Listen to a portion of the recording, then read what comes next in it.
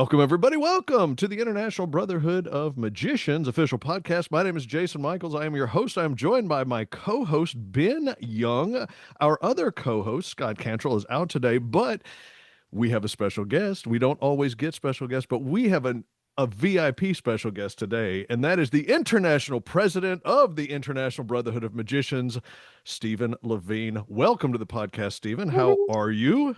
I'm doing well, Jason. Thank you and Ben for having me. I'm really excited to be here. Well, we're super excited that you are here. Ben, welcome. Oh, thank you. Guess what? There wasn't the normal pause that normally happens because between you and Scott, you guys always look at each other as if who talks first. And I still looked at the space on my screen where Scott's little box would have been. Exactly. Well, we want to dive into today's podcast because this is your opportunity to get to know your international president. And Stephen has quite a background in the world of magic. And so I don't want to waste a whole lot of time, but Stephen, we're going to take this podcast kind of anywhere you want to go, but it always starts, it makes the most sense to start where you started. When it comes to magic, how did you get started? I think similar to a lot of our peers, I started when I was a child. Started when I was about 8, 9 years old. I grew up on Long Island, and Mid-Island Mall had a kiosk, two big glass counters with some shelves behind the guys and a little tiny booth. And back then, in the 70s, my mom would take me to the mall and she'd be like, I'm going to go in and look at sheets or towels. Just leave me at the magic shop. And you could. And, Yep. She'd come back and 2 hours later would buy me, a sure shot, some easy magic trick. I know I had, Right. sure shot die box, one of the originals. And I had, some of the Tenyo stuff back then. And from there, when the holidays came around, what do you want? Oh, I want something. So I got a sucker die box. I got an Nice. Attaboy. Eventually I got a Stratospheres. I got the What's Next. And by the time I was 12, 13, I was actually doing kids' birthday parties. That's what I was about to say. It sounds like you're getting props that are the type of things that are like for like a legit like birthday party show or some sort of an actual show as opposed to close-up magic. Well, I never was a close-up magician per se. Even to this day, I just haven't had the time to really hone that craft. Now when I get hired for a cocktail party or something, I have packet tricks and stack deck and invisible deck and things like that. And for quote unquote muggles, it's great. You can do a stack deck 40 times in a buffet line. And the presentation is just a little different. But no, I was always, in fact, when I auditioned for the Magic Castle, I auditioned as basically as a parlor performer, a kids performer, because that's what I had done. I did magic until I was basically 17. I graduated high school when I was 17, went to college and law school, and I put away the magic. And like many of us, we returned to it later in life.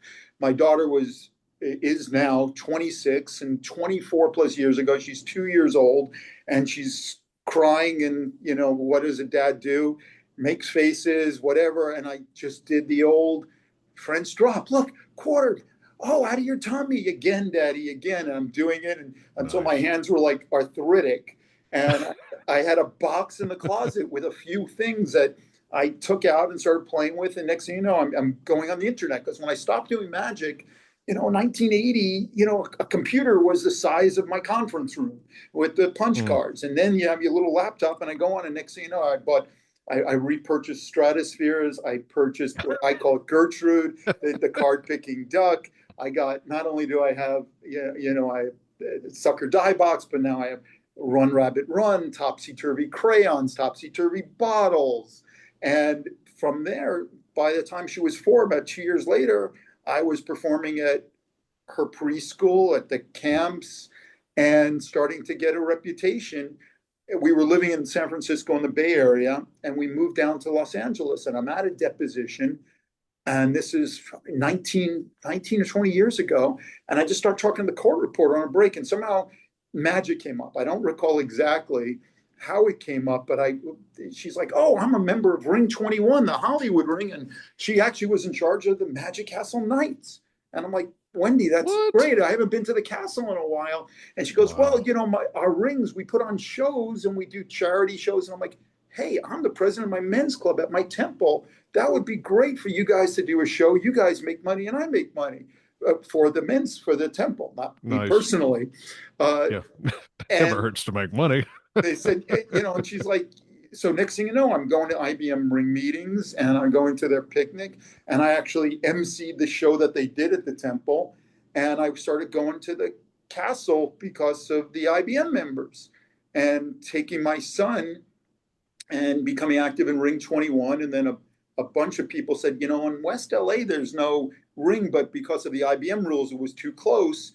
Mm, But there's no SAM there. So we formed an SAM there with a junior program. wow. And but I was at the castle on a Sunday with a friend with my little boy. He was 4.5, 5 at the time, and his little boy. And we're watching someone in the parlor prestidigitation. My buddy looks at me and goes, "Why are you a member here?" I'm like, "Oh, I'm not good enough. I'm not a castle magician." He goes, "You performed for the YMCA 2 weeks ago for 450 fathers and wives and daughters and sons, and this is a little 55-person theater, and you knocked it out of the park." And as we left back then, the castle's not like it was today with the committee. He asked the receptionist, when are auditions? And she's like, oh, it's the first Monday of the month. It's tomorrow night, because this was a Sunday brunch. We were there with the kids. And they're like, do you have room? Yeah. Put him down, Stephen Levine. Really? I mean, I swear to God, that Monday I called up Wendy Sobel, who was at Ring 21, and I called up one of the other guys. I'm like, hey, can I put you down as my sponsors? And I grabbed some stuff, put in a box, and I'm like, okay. I headed to the castle that night, and I'm sitting there in the inner circle and watching all these guys doing the one-handed Charlier cuts and the artistry, and I literally had Run Rabbit Run and Stratospheres and What's Next, and I walk into the room. It's in the Pillar Theater, and I see Max Maven Uh-oh. and Jack Goldfinger and a bunch of others. And I had no idea what to expect. And they start asking me who was my influence. I just thought it's like, hey, show us you're a magician. Yeah, And yeah. what type of magic do you do? I'm a family performer. I perform for families, for kids. Great. Do you do any close-up? No, I don't do any coins and cards, except I do scotch and soda and stripper deck. That's it. And And Max just looked. for the record, the stripper deck is not what you think it is if you're not a magician. It's a specialty item that magicians use to perform magic. So just FYI. Yeah, that's very true. So Max looks out and goes something like, stratospheres. I haven't seen that in at least 10 years. And I'm like, I'm a dead man, like dead man walking type of thing. So I told them, they're like, who has influenced you? And at the time I had read Silly Billy's book, Seriously Silly. Oh yeah, that's a And I had great. read one or two David Ginn's books. And I was friends with Tim Mannix, who was a great LA-based magician for kids, moved up to Bakersfield, and and I told him from going to the castle, I loved Danny Cole back then, how he was so inventive, and some of the other people, and being a lawyer, I got my shovel out a little bit, and next thing you know, I did my act. They stopped me. They came out, and I passed on the first shot. That's amazing. Congratulations. That is, man, that's quite a confluence of events to make that happen. That's incredible. It I was. there's so many things I want to touch on this whole story. All right, Ben, fire away. All right, let's go back to the beginning. No, actually, we'll start with the most recent. There is really something to be said for jumping into something with a little bit of naivete, right? Am I saying that right? Being a little naive, not knowing what you're getting into. Because if you had known that Max Maven would be sitting there in front of you, like you probably would have chickened out, and I know you were probably already nervous, but like there's really something to be said for just going for something, even if you don't have all the details. That's so It, huge, right? And it, that what it changes everything. Like it's a whole trajectory. it's totally true because I did come in with that sort of like, wide-eyed, doughy look, like, Mhm. oh, I'm just gonna just do a, 2 or 3 of my tricks and that'll be it. I didn't know there'd be a whole interview, but I was actually pretty smart about it. When I did the packet, I always realized, it's sort of like I tell clients, belt and suspenders approach, or, throw as much up against the wall and see what sticks as a lawyer in terms of arguments. So not only did I have the application, I attached like the pictures of me and the advertisement from the Y when I did the show for the local Oh. YMCA, and Hmm. then I had done an outdoor fair. So they didn't see, oh, this is a guy that, because actually I was a little nervous and I screwed up a little bit, but they did cut them out, told me I passed, but I just need to work on it a little more. And uh, so, but I do agree that, when you think about it, it's sort of like, you can psych yourself out of Yeah. that situation, when instead you walk in cold and it's like, oh, wow, if I knew all these people were here, I probably wouldn't be in the room. And it's true. I probably would have totally had backed out, and they'd like practice and rehearse for months and months, where I literally just grabbed some stuff that morning, threw it in a plastic bucket and walked in. Oh, back in the day when I first joined the Nashville Magic Club in Ring 37 back in the day, this was back when you had to have your two sponsors. You could only attend three meetings before they forced you to do an initiation performance. I think I spaced out those three meetings over a course of a couple of years. I think I got a couple of extra meetings in before I was like, okay, I have to, because why? Because at least in my mind, I'm like, okay, there are a bunch of magicians in this room. They know everything I'm getting ready to do, and totally psyched myself out. I mean, when in reality, you know, while a room of magicians doesn't respond the way a room of normal people do, they should want you to succeed. They're the people who probably more than any should want you to do well. You know what I mean? Exactly. I totally know what you mean, but I was that way too for years. I never wanted to perform at the ring meetings or the SAM meetings. I was afraid because I'm performing for magicians, versus, oh yeah, a crowd of kids and parents, that's easy. But magicians, they're going to analyze and everything else. And that's something that, for all of us, you just have to, go with it and realize it's fine. Like, last week I made my Wonderground debut in Vegas. Oh, I saw your social post about that.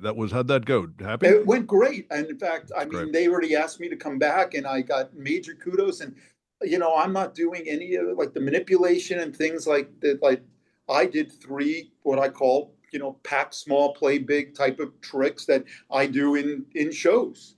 Hmm. So it worked out really well, and I enjoyed it. But at the same time, I'm looking in the audience. It's like, oh, there's Jeff McBride, and there's, Mickey Silver, and there's Bizarro, and Yep. oh my God, Kevin James just walked in. I mean, that type of thing. When you're Hmm. performing, you're like, these people have been on television. They've toured the world. You know, That's true. I played Bakersfield. I, I'm playing. I got the Bakersfield tour going on. Ben, what else you got? You said you had a couple of things. What else you thinking of? So,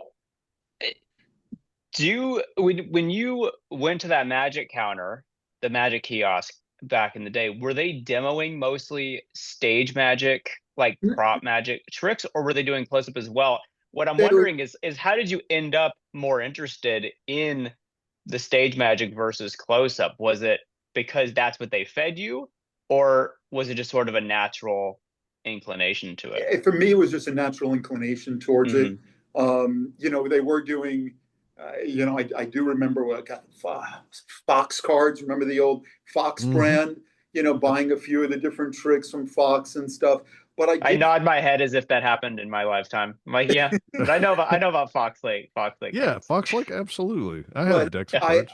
I just found I didn't have, like sports. I was never that good. I didn't have uh, the the hand hand eye coordination, the aptitude, and I was involved in just a lot of extra. The same thing even today. I just didn't have the time to put in to really become more of a close up person. Now, granted, Hmm. at the time I had QBO that we all had way back then.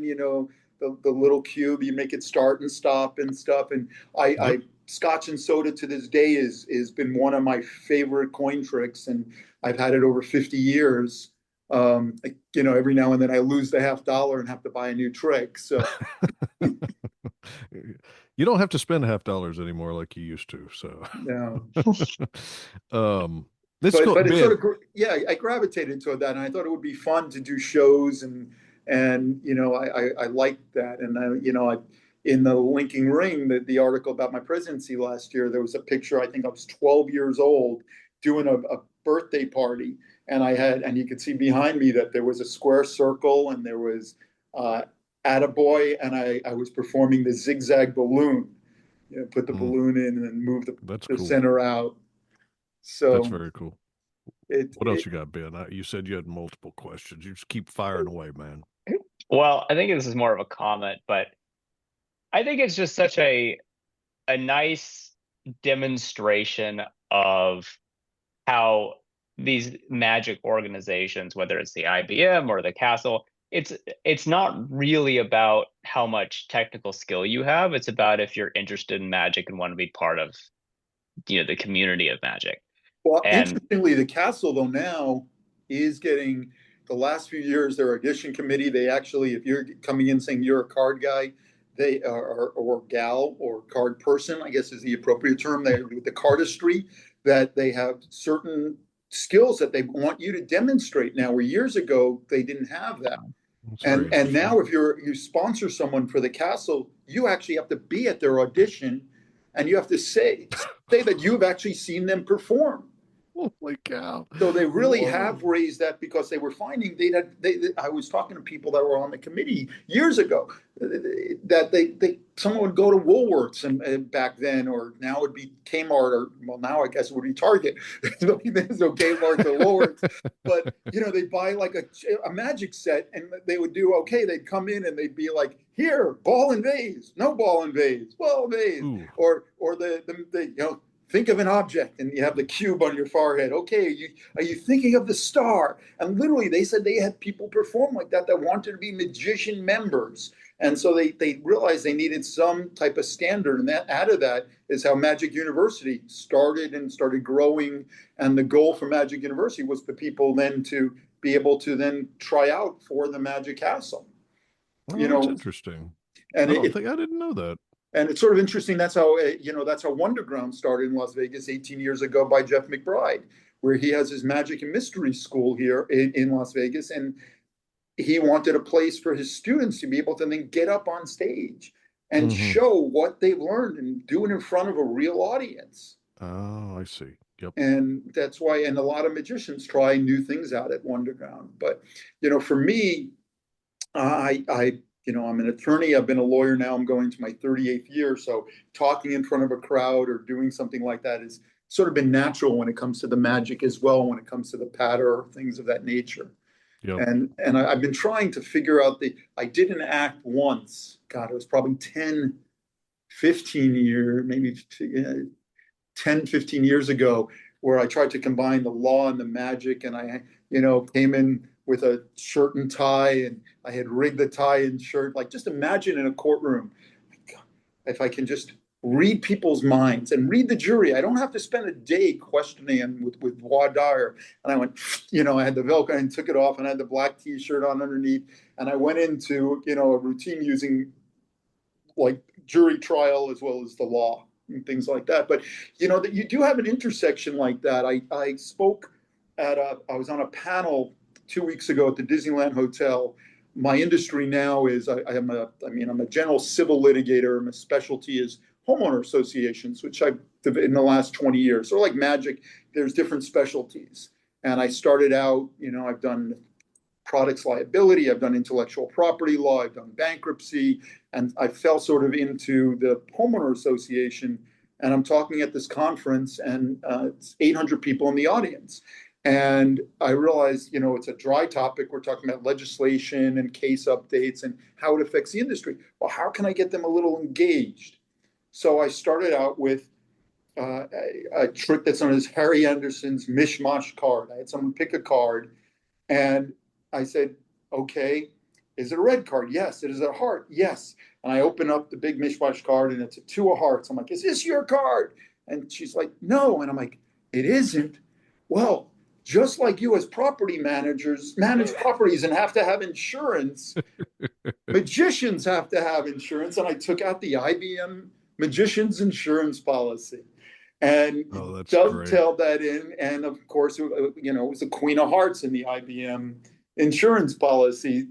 So, um, and afterwards, people were coming up. They normally come up and ask questions about the law or cases, and they were all saying, "That was great. Can you do another magic trick for us? And what else do you have for us?" So, I um, love that. It's it, like it's fantastic, dude. So I have a yeah, they're like, so I have a question about that one point you were making, and someone else is like, forget it. I just want to know how he did that card trick. Oh, that's fantastic. So, okay, so you joined the so you became a magician member at the castle, and I'm guessing because I know we've talked, we know each other. We're both very, on the board and everything like that. But how long were you involved? I mean, I know you're still very involved with the cut, but you live in Las Vegas now, so you're not at the castle as frequently. How long were you involved at the castle? And I know like you like got super involved at the castle. So tell us a yes, little bit more about that. I was involved from like around 2010 to COVID, really, Okay. when it shut down. Wendy, who I mentioned earlier, uh, was the head of Castle Knights, and I became a Castle Knight almost immediately. And What again, does I that was one. mean? I was one of those people that now they had like a strict training program and rigmarole. I read the book. I'm a lawyer. I memorized it. I gave a tour, and she's like, "You're done. Go." A Castle Knight is the docent of the Magic Castle. Okay. So the Castle Knights are volunteers. They're magician members or they're associate members, non-magician members, and you give a tour talking about the history of the building itself. That it was modeled after Kimberly Crest, that was built in 1908 in Redlands, California, and then you walk up to like the Owl Bar. The Owl Bar, that bar itself was built by the Brunswick corporations, Brunswick bowling alleys, Brunswick pool tables in Crescent City, California, over 100 years ago. And the bar itself was featured in Johnny Carson, excuse me, not Johnny Carson show, in Dean Martin show. And the Gold Digger dancers danced on that very bar. In fact, Kay Blackstone, one of our former presidents of the Academy of Magical Arts, was a Gold Digger dancer for that show. And then you're talking about, the owl that can answer yes or no, and walking around like the bar that's in the inner circle was the original bar from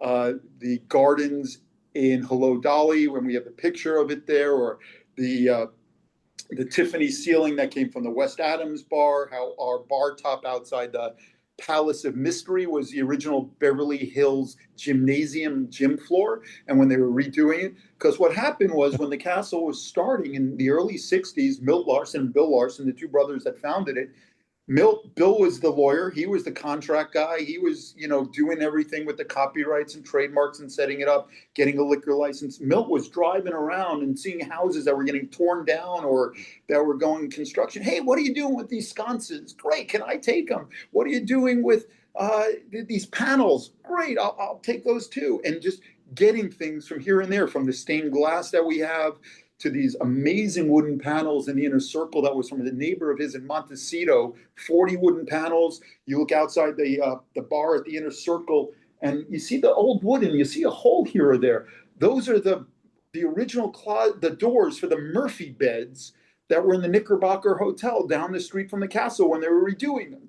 I mean, so there's Holy cow. all these little ins and outs that like I could give a tour for 2 to 3 hours, but you do a tour, 10 minutes, 20 minutes, you'd help out. So I was a Castle Knight for all those years.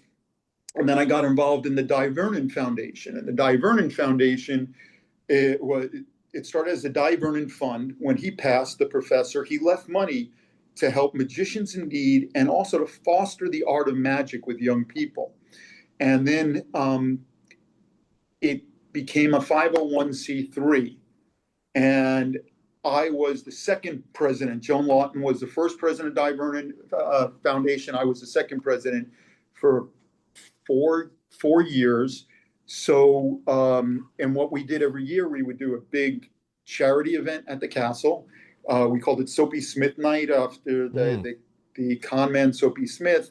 And we would have table games in there, and we would have silent auctions and live auctions, and raise money for the foundation. Um, we would do sponsors we sponsored kids to go to Tannen's Magic Camp, usually Oh, one wow. or two. This year, I think they last year they sponsored three. We would encourage people to leave money to us when they passed to help, the future generations of magicians.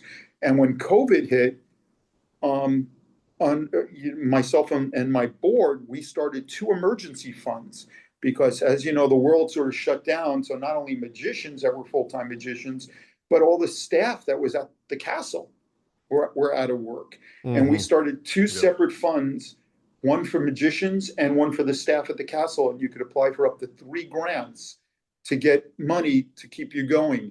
And, we had people like Penn and Teller, uh, Dick Van They Dyke, they they needed Harry, help. that gave Just money. kidding. No, that we reached out and they wrote checks. That's Steve cool. Martin reached out to me.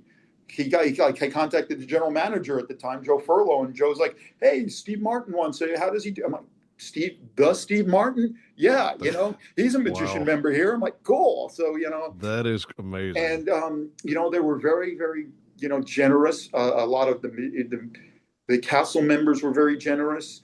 The ones that like myself, where magic is not my profession. I consider myself a semi-professional because when I do gigs, I do get paid, but it's Yeah, not my full-time job.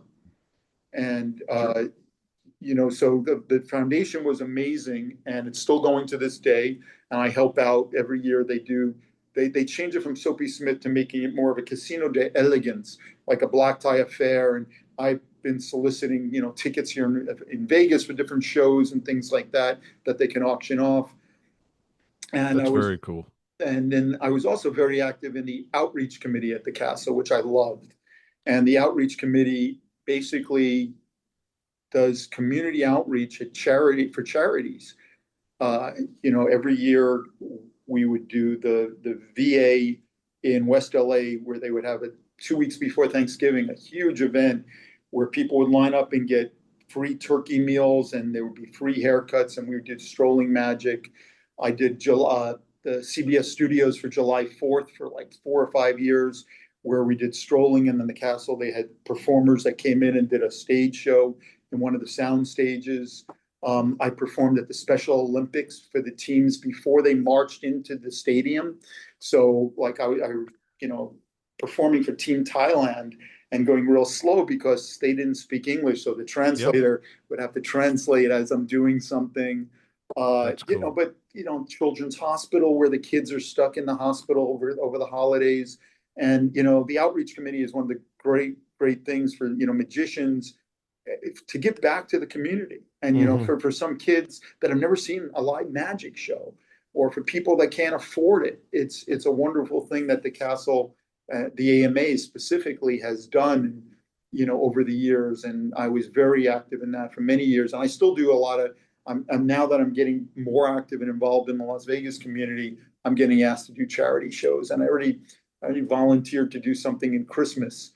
uh, Nice. there's a house that half a mile from me. They open their house. They have 75 trees decorated. They move their furniture to storage, and they open their house up, and they solicit donations and products for battered women's shelters. And the lines are down the street. And I said to them, "Hey, I went one of the last nights, and I said, I'm a magician. I could work the line. We love that." And so I'm already talking with Ring 257 in Vegas. I already have two other guys lined up. And I told them, it only goes from 6 to 9, and then afterwards, we're less than, we're 10-minute walk away. Come to our house for snacks and drinks, and Tina, so we're going to be putting on something for magicians for Oh, that's about cool. 12 days in December as well. So Wow. Wow. Ben, jump in here, man. There's a lot Man, to take in there. There's a lot to decipher, and you got. I'm sure you have a lot of feedback. it just seems like there's a very strong trend in your life and contributing to the magic community. Yeah, Like, it's a good point. I Yeah. mean, it's incredible, I mean, and it's not just, not that anyone would ever want to be president of the IBM just for political power, but Yeah, but we wield so much power. So much power. but but volunteering to help with this, that you were just attending and you're like, oh my gosh, like we could use magic to help with this.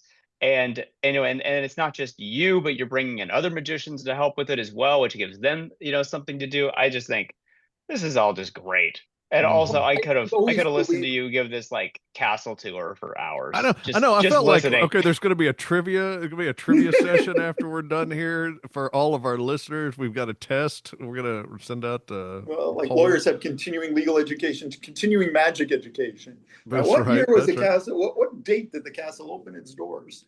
Mm. But it is true. I like giving back. Charity work has always been very important to me.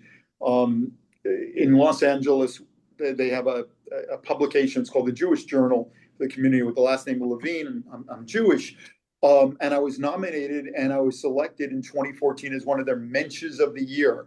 And Mensch means it's a Yiddish term meaning a stand-up guy, a stand-up person. Oh, that's And cool. the reason being was they found out I had done like I think 18 or 20 charity events that year. Oh, And wow. and I Oh, was wow. still working, I'm a full-time lawyer. I had two young kids. And I still managed to do that. I got my son involved in magic for a while with me. And one of the great pictures I have is him working the line at that VA event, to homeless people, and he's doing card tricks to them. He still to this day is a better card mechanic than I am. I mean, Oh, that's he funny. he was great. And when he was 12, he participated and competed at PCAM in Burbank, which I was in charge of. I ran it, and he competed, but I didn't have anything to do with the judges. But he took second place in stage and in close up, and his best friend took first in stage and close up. So it was very, very kid. And they were 12 years old going against kids that were 13, 14, 15. So, Nice, nice. and now he's So, in the movie magic. oh, no, that's cool. Oh, that's Yeah. awesome. Wow. That's very cool. So, okay, so you're in LA, you put a lot of time in with the castle. You were the legal advisor for the IBM when I started with the executive committee a number of years ago. Um, when did that come around for you? When did you get involved? Well, Because you're involved, so I, what I'm hearing right. here, let me set it up for you. So Sure, what sure. I'm hearing is that you were involved on, locally with a lot of things locally, but how did you get pulled in on the international level and helping out on that side of Well, things? it sort of dovetails with PCAM. We had started this SAM group in West LA, and one of the guys comes back from PCAM in 20, God, 2013 maybe. No, in 2012.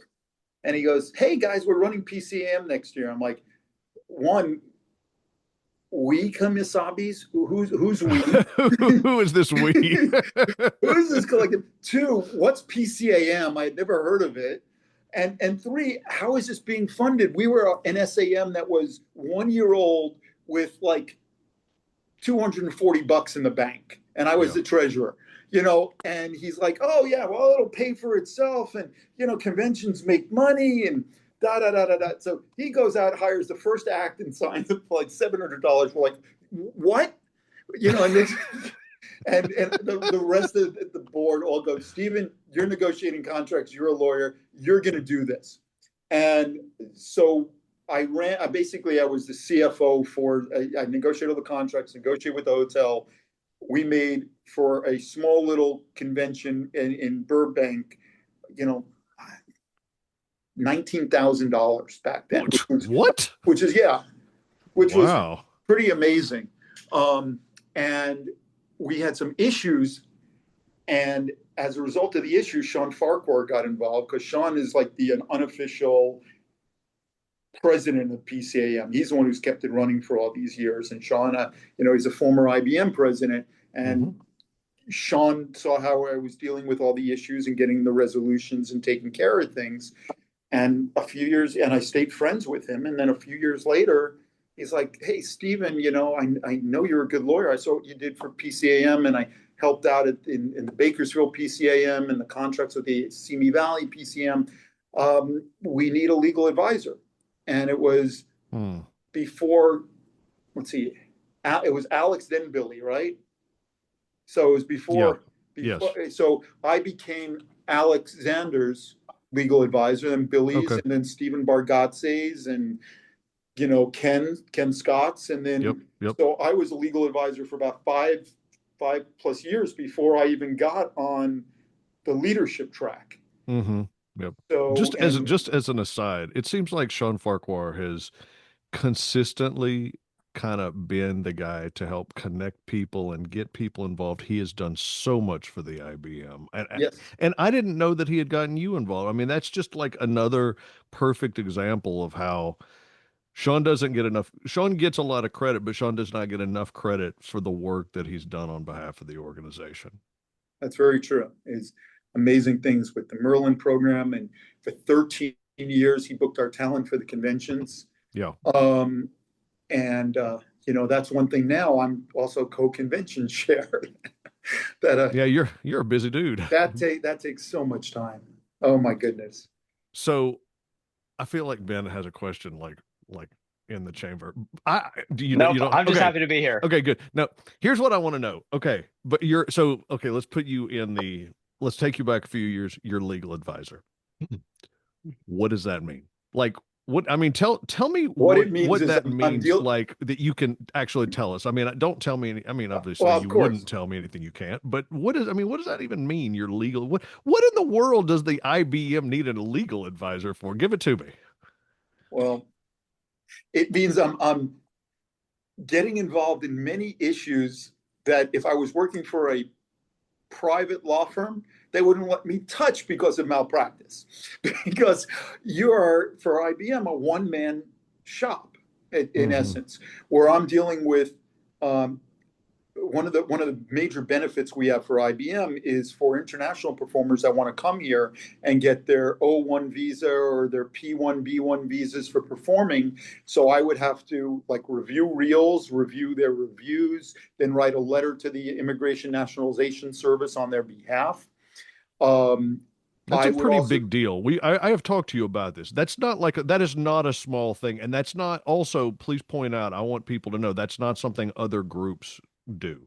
right, and I've been told just recently that the Immigration Nationalization Service, specifically, if you're a magician, they don't want the AMA, they don't want the SAM, they want the IBM because we are truly international.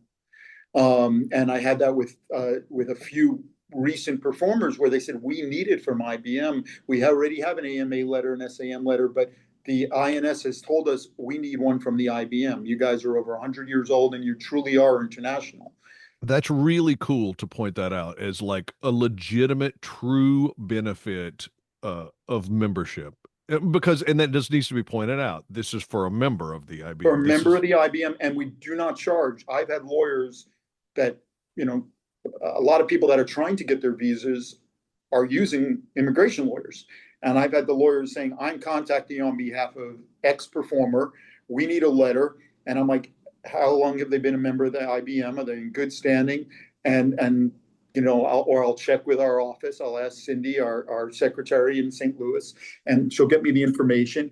And then they'll send me and say, okay, what do we owe you for this? Is it 200? Is it 500? Because these people are charging the performers 5, 6, 700 an hour. And I'm like, no, it's free, even though it could take me 2 or 3 hours of my time. That's a benefit that we give to our members of IBM. And it's a huge benefit. I mean, one of our performers this summer at our convention, Artem Shulkin, I helped back in 2022 when he wanted to come to Atlanta. And I helped mm-hmm. him with some letters, and then he was able to go to Atlanta and then Abbott's, and he won FISM in Quebec. But Yep. and we became friends. So the nice thing was he reached out this year to me, last year at this point, saying, "Hey, Stephen, I need another letter." I'm like, "Great. When do you want to perform again at IBM?" He goes, "How about next year?" I'm like, "Let me put you in touch with Ben." So I mean, That's a very nice negotiating. it worked. It worked out really well for that. The Ehrlich brothers had this big stadium tour that they were doing, huge shows. Same thing. You know, they're members of IBM and they're lifetime members of IBM, and so they were able to get their letters. So you have That's the awesome. immigration issues. The big thing is contracts. That as a legal advisor, not only the convention contract, which when COVID hit, I had to deal with canceling our contract Ooh. for our annual convention in Pittsburgh. I mean, before the world shut down, because we saw the writing on the wall, based, telling the Pittsburgh hotel that, there's a state of emergency issued in your county and these other counties, and this is out of our control. It's a force majeure clause, so we want to exercise it, and we will put you back in the rotation, but we don't want to pay any penalties. So negotiating the contracts that, so right now, I mean, before I even became president, we had negotiated the 6 years of contracts through 2030 right now. Mm-hmm. So then obviously there's personnel issues we look at. A lot of it deals with some ring relations, because as a legal advisor, you also sit on the Ethics and Grievance Committee. Mm-hmm. Mm-hmm. So it deals with ethics, where I had to deal with a number of local rings and issues that they have on the local level. I had to write cease and desist letters for copyright infringement, where someone's selling an IBM shirt. It wasn't our Oh, product, interesting. that they had created their own shirt and had it out there. Hmm. So we've done cease and desist, or we've had to reply to some cease and desist where they've claimed that we had some material on our website, and usually it's not a true cease and desist. These are some money grabbing companies that get out there, but you do have to respond to some of them.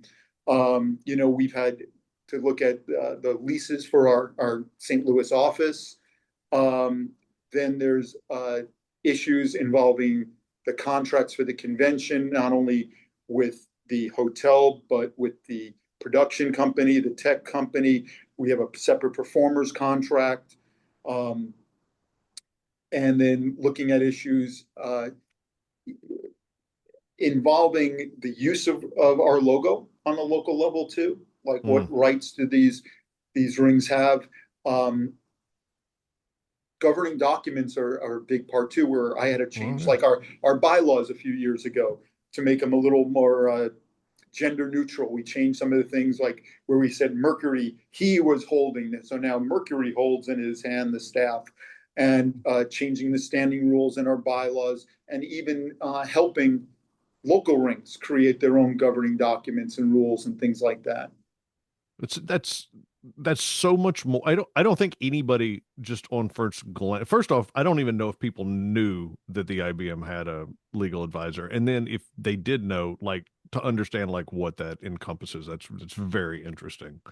And it obviously, as you explain it, I go, well, yeah, all this makes sense. You just don't think about it, because so many of us are just like, it's a group of magicians.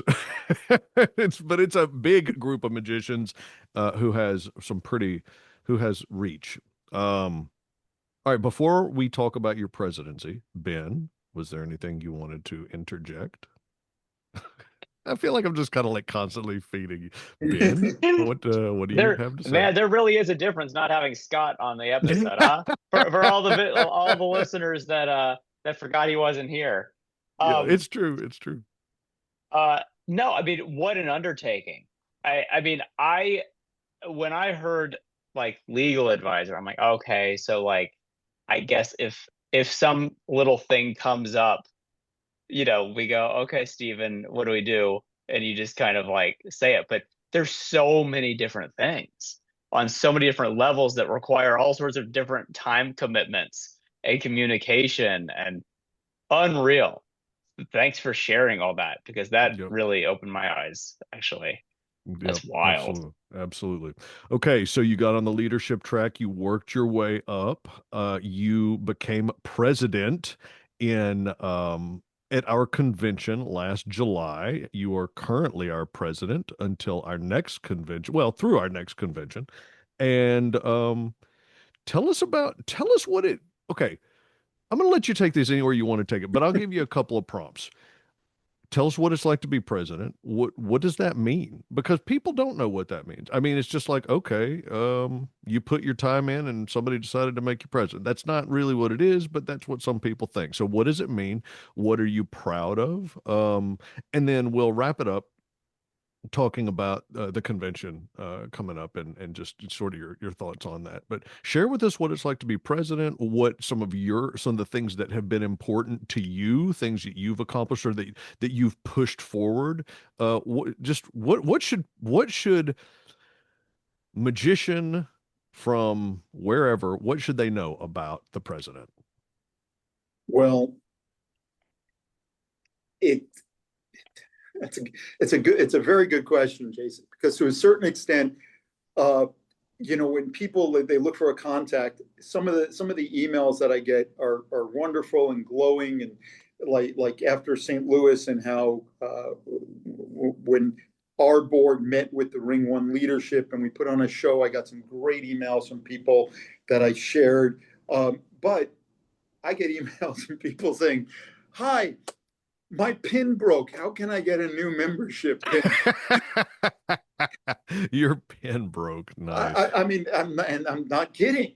It has literally been from like, "Hey, we'd love you to come to the convention," or "Do you have any, connection with this person or that person," or things of that nature, to the mundane where literally, how do I get a replacement pin? Or I really think your website should sell more female pink shirts and more apparel. And because I guess as the head of the organization, everything's supposed to flow down.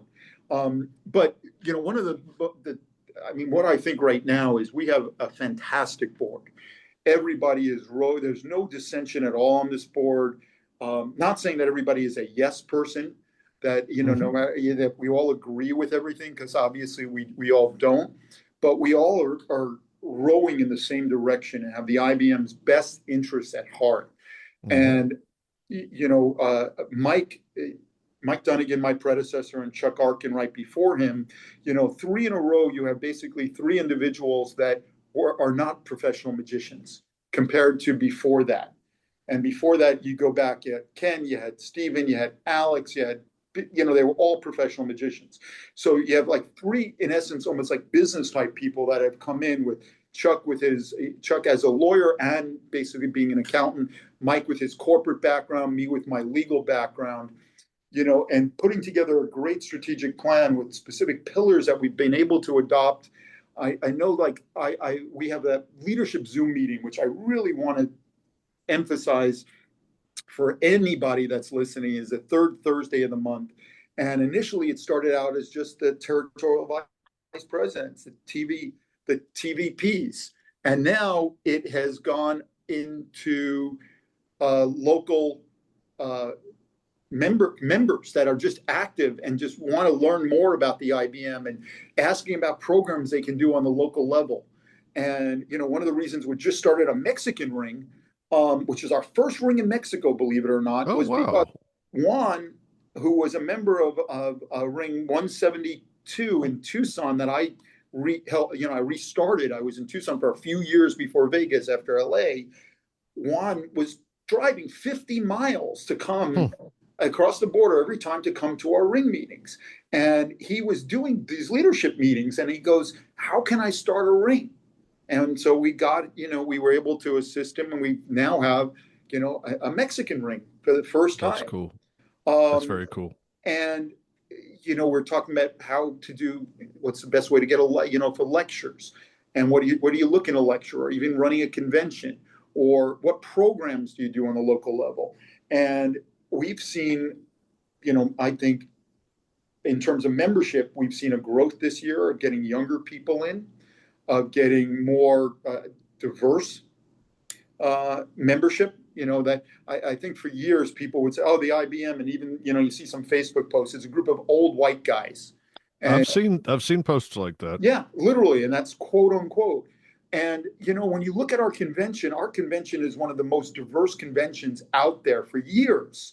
And Yep, that's true. Sean and then Ben Barnes, both of them, kudos to them, to look beyond the standard performers that are doing the circuit and getting some performers that haven't done a lot of conventions yet. And I know they will in the future. Like when we had Alex Hixley, this was like her first convention ever, and what was it, in Atlanta, and now she's like a regular on the circuit, and she's amazing. and Mm-hmm. Meadow Mm-hmm. Perry, and Meadow now doing her 5 minute slip into the DMs with David Corsaro. I mean, Yep. when you talk about things like your podcast, the book that we published this year. We're showing our members, and I'm hearing from members saying, "Wow, you're giving more benefits than you ever did before." Yep. And when people look at our website now, which huge kudos to that team, that and Eric and everybody else, and you, Jason, with the marketing that's getting out there. People realize that there's a true tangible benefit for their membership. Mm-hmm. $70, it's not just a magazine, but having the ability to, look at the linking rings and look at all the lectures that we put up there. And we're Mm-hmm. talking about getting some lectures that the British Ring had. I know Keith Fields is in discussion with the British Ring about getting some additional lectures to put on our website. And the fact Wow. that we started this year, the virtual lectures, Mm-hmm. as a benefit for our members. And which broke our Zoom. We had to get better Zoom because we had so many people come to the virtual lectures. I mean, it's been amazing. And our life membership this year, I'm really proud of. We've had over a 20% or more growth. I think 20% growth in our life members this year because people are realizing there is significant value for them to be a life member, that not only they get seats at the convention saved for the shows, but they save almost $200 per convention. They get these special lectures. We had one at Hidden Wonders with Sean. We just had one with Keith, and we have another one coming up, I think, in another month and a half That's that amazing. that we never did before. So I'm really proud of a lot of these programs that we've started this year, from the virtual lectures to the life membership. Your podcast started last, during Mike's Yeah, term, a but year it's ago. Yeah. continued. And the website that I take no credit for, but it came under my term. But it's an amazing website, It and is. and just the programming that we can give to our members and being out there, I think is what I'm most proud of. That people actually see value to and worth to be a member of IBM. Well, I also want to throw in here that I just you're doing a really very fine job as far as sharing, some certainly the value that membership that a member receives and whatnot. I want to just point out some of the things you've done. Like, so for instance, I know that at Magic Live, you decided that you were going to have the IBM, uh, what did you call it? We called it a The presidential lounge. presidential, yeah. I mean, this is just one. Okay, so this is just one thing I want to point out. There are many things we could discuss, but this is one thing that you did. You said, "Hey, I'm going to attend Magic Live," and Magic Live has nothing to do with the IBM. It's a non-affiliated Magic convention. It is held in Las Vegas, and you created the presidential lounge where IBM.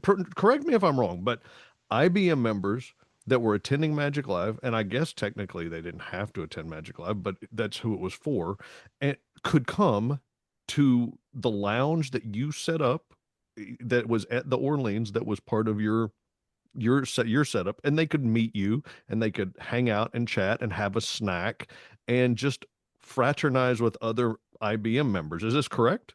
Yeah, we had Tina, my wife, who was appointed last year, by the way. She's the official IBM chaplain. Which she's Uh, great. She's fantastic and, at that too. and I mentioned earlier, she's actually at a Magic convention without me right now. She loves Magic so much, and she's a Muggle, doesn't want to know how anything is That's done. great.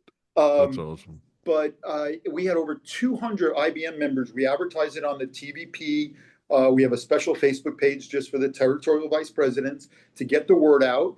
And I walked around, and if I saw people wearing an IBM pin, I had postcards we made on Vista Print that said, Nice. "Here with my phone number, let me know." I mean, 8 people from the Hawaii rings came. There was someone who was out, even though Magic Live was his first convention, he was from the Victoria ring, up in British Yeah. Columbia and Victoria, Awesome.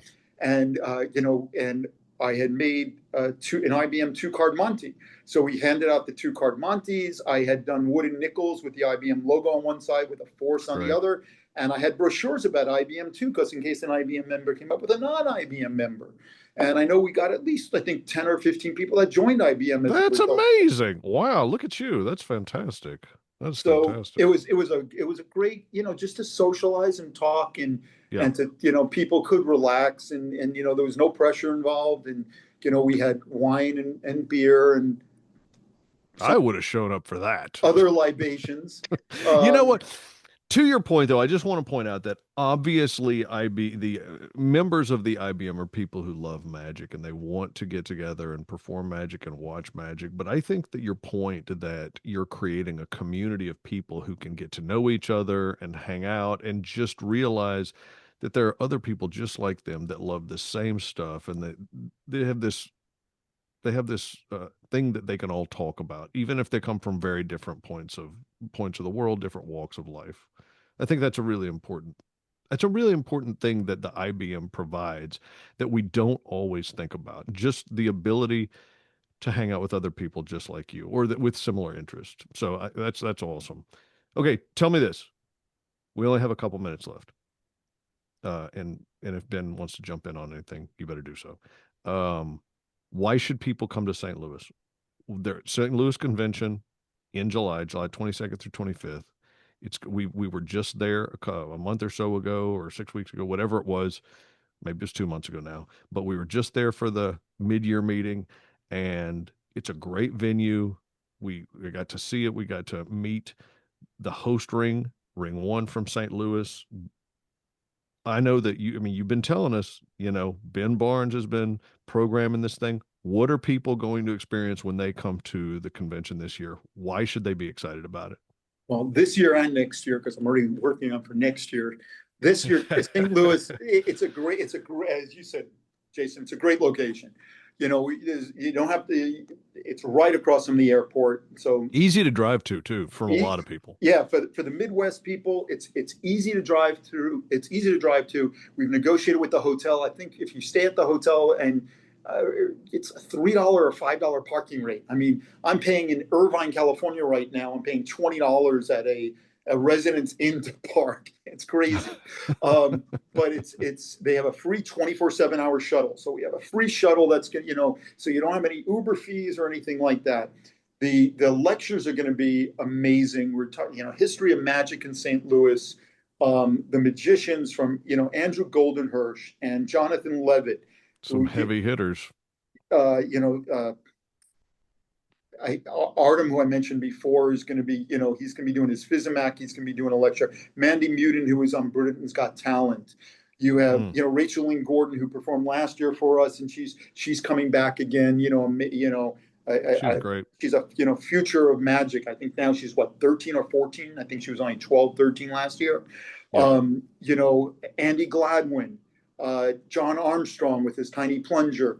Uh, you know, but I mean, when you look at, it's not only, every convention says, hey, we got great talent, we got, great performers.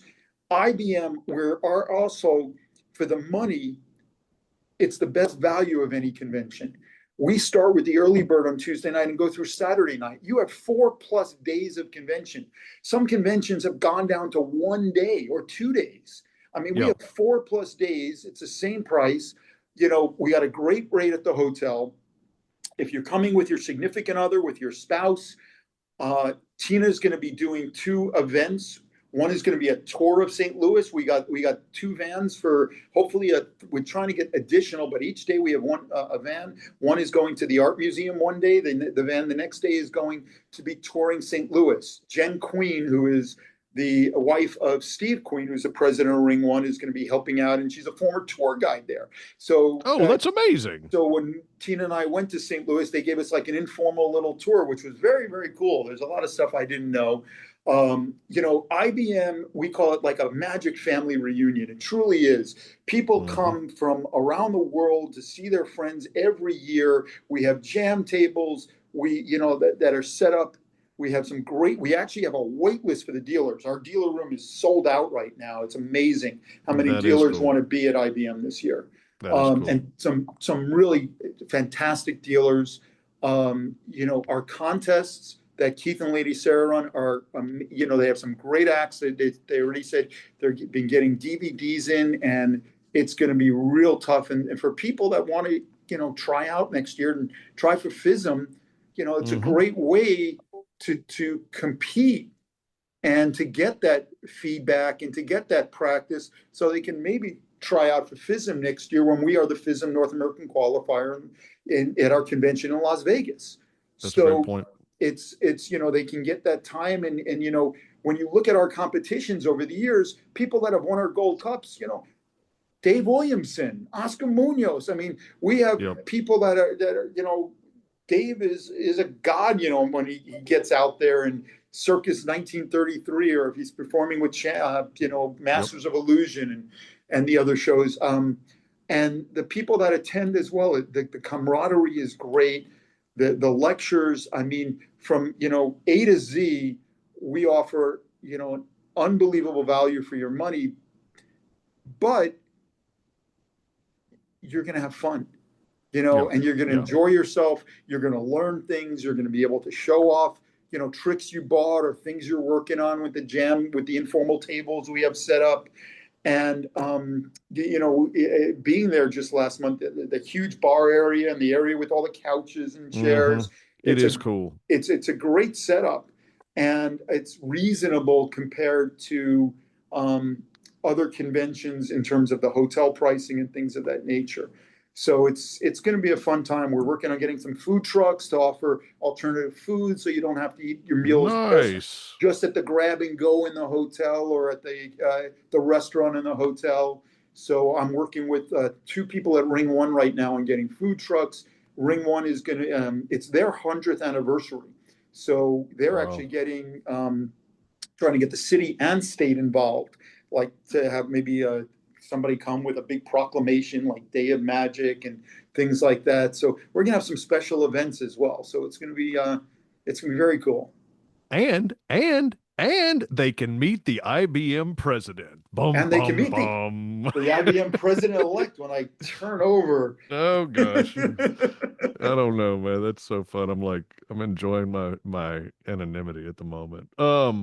This has been great, Stephen. Thank you for your thank you for your time on this.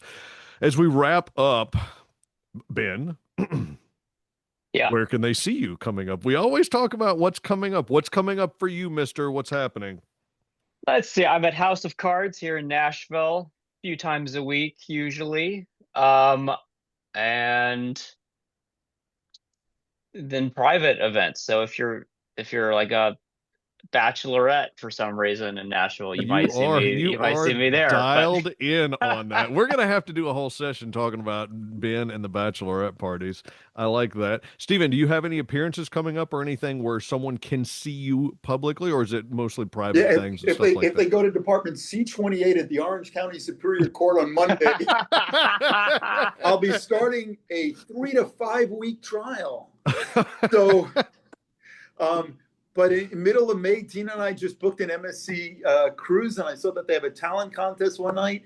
So I'm going to bring some stuff that packs small and plays big, because I'm going to want to, once this trial is over, and once I turn over the gavel, so to speak, to you, Jason, then I'm going to be much more.